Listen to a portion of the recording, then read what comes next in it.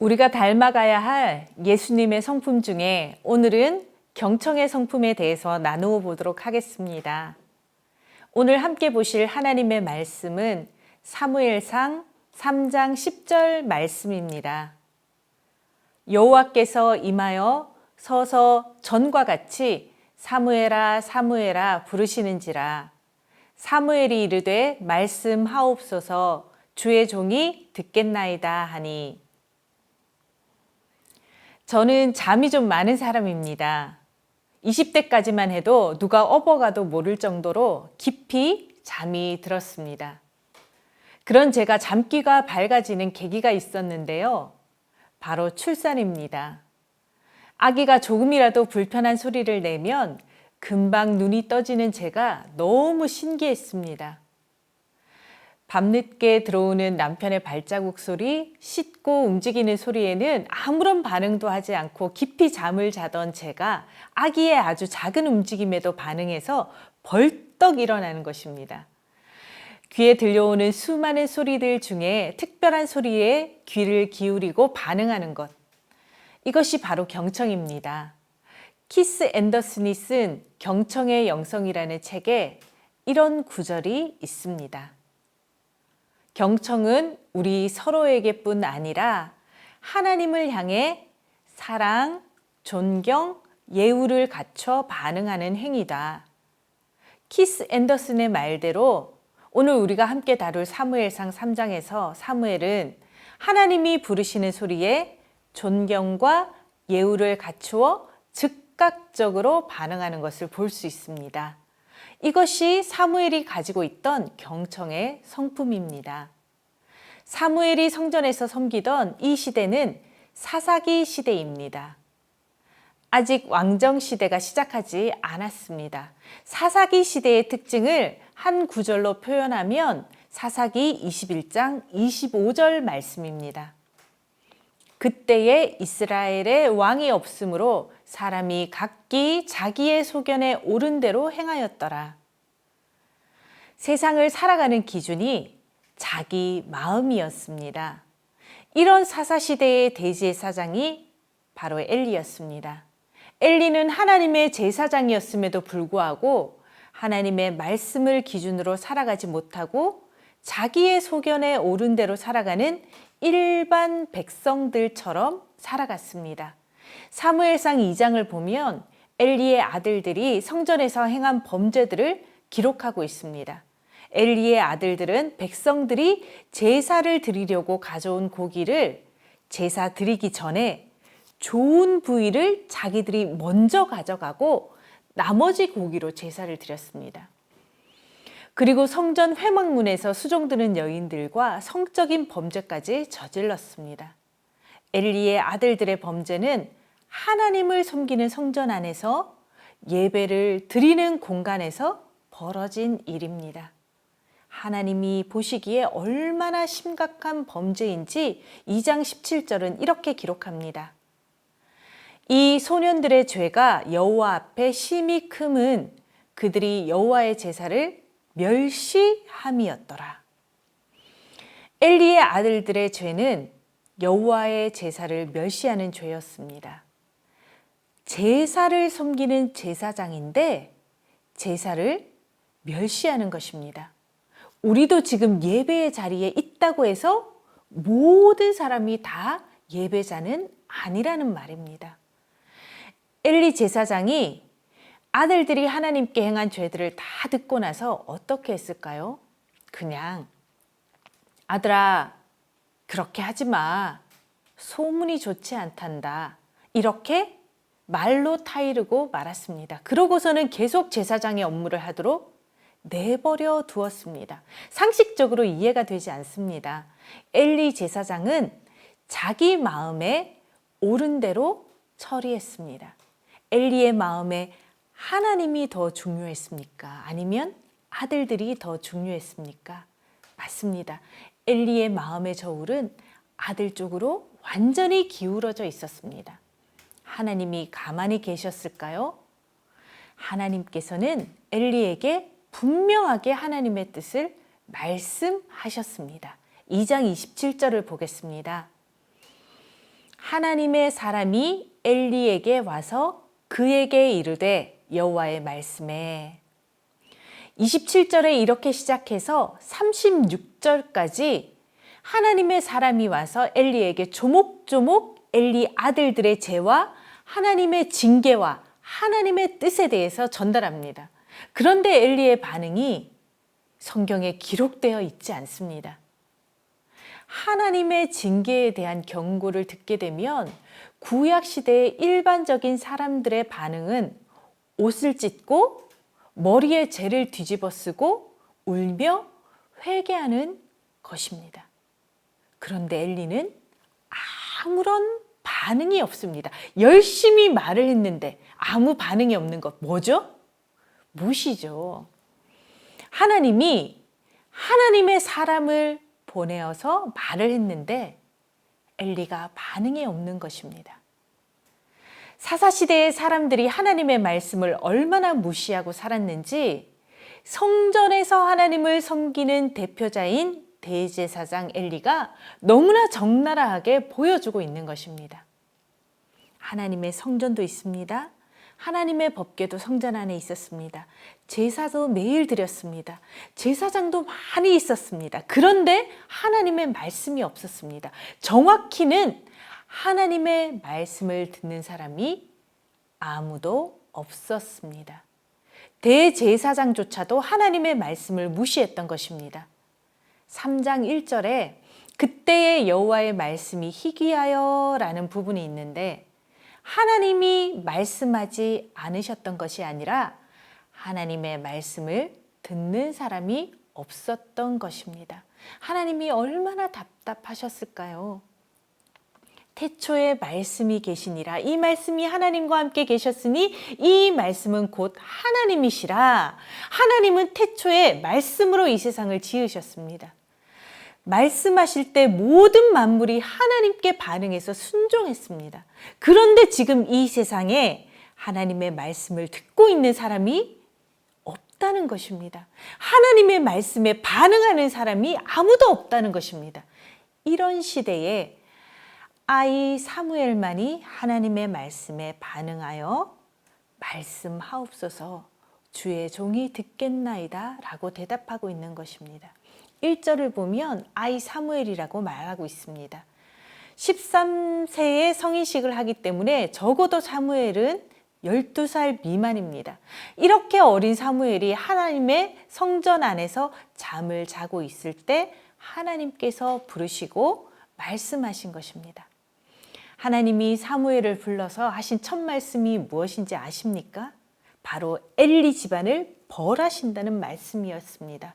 그 어린 사무엘을 불러서 처음 하신 말씀이 왜 이렇게 무거운 말씀이었을까요? 엘리가 첫 번째 하나님의 말씀에 반응하지 않고 하나님의 경고를 무시했기 때문입니다.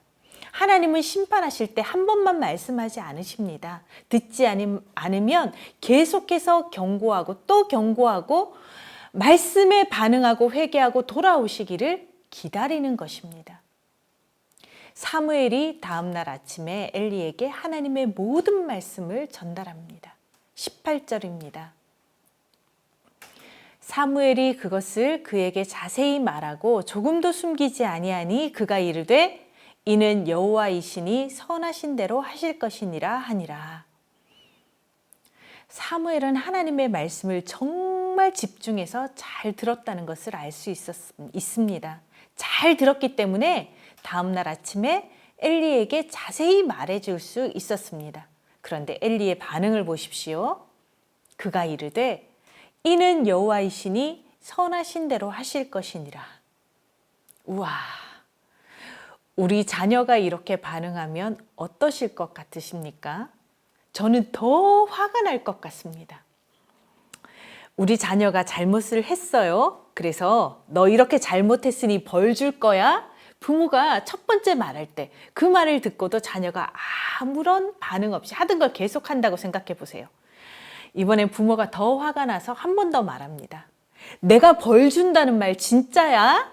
너 정말 벌 줄 거야? 이렇게 벌 주기 전에 두 번이나 왜 경고를 할까요? 잘못했어요. 용서해 주세요. 이렇게 말하면 용서해 주려고 기회를 주는 것입니다. 그런데 자녀가 벌 준다고 하셨으니 하고 싶은 대로 하세요. 이렇게 부모에게 말한다면 정말 미울 것 같습니다. 엘리가 지금 하나님 앞에서 이렇게 반응하고 있는 것입니다.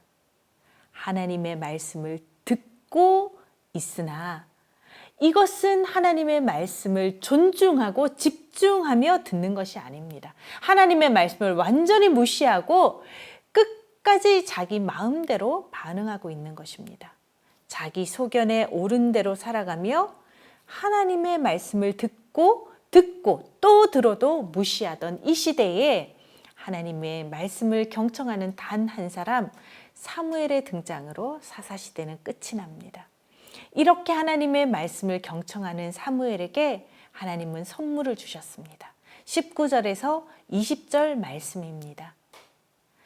사무엘이 자라매 여호와께서 그와 함께 계셔서 그의 말이 하나도 땅에 떨어지지 않게 하시니 단에서부터 브엘세바까지의 온 이스라엘이 사무엘은 여호와의 선지자로 세우심을 입은 줄을 알았더라. 사무엘이 하는 말이 하나도 땅에 떨어지지 않는 축복. 정말 굉장하지 않습니까? 사무엘이 하는 말마다 다 이루어진다는 뜻입니다. 사무엘이 하는 말마다 하나님이 다 이루어지게 해주시니 이스라엘의 모든 사람들이 사무엘이 여호와의 선지자인 줄 알게 되었다는 것입니다. 사무엘의 말에 권위가 생기는 것입니다. 사무엘이 하는 말마다 사람들이 믿는다는 것입니다. 사무엘이 하는 모든 말을 믿고 따르게 되었다는 뜻입니다. 그런데 이 축복은 사무엘의 경청의 능력에서 시작하고 있습니다. 하나님의 말씀을 들은 대로 백성들에게 전하고 하나님의 말씀을 들은 대로 백성들에게 행동하니 하나님의 말씀을 그대로 전한 사무엘의 말이 모든 것이 이루어지는 것입니다. 사무엘은 모든 말과 행동의 기준이 하나님의 말씀이 되었습니다. 사무엘은 자기 소견에 옳은 대로 살아가며 하나님을 무시하던 엘리의 길을 따라가지 않았습니다. 사무엘이 하나님의 말씀을 존중하여 잘 듣고 잘 전하고 말씀대로 살아가니 사무엘의 입을 통해 전달된 하나님의 말씀이 그대로 이루어지도록 하나님이 일하셨습니다. 사무엘상 2장 30절 말씀에 나를 존중히 여기는 자를 내가 존중히 여기고 나를 멸시하는 자를 내가 경멸하리라. 하나님이 이렇게 말씀하셨습니다. 이 말씀에 사무엘과 엘리의 삶을 대입해 보면 이렇게 해석해도 될 것 같습니다. 나의 말을 존중히 여기는 자를 내가 존중히 여기고 나의 말을 멸시하는 자를 내가 경멸하리라. 사랑하는 성도 여러분, 지금 이 시대는 하나님의 말씀이 넘치는 시대입니다.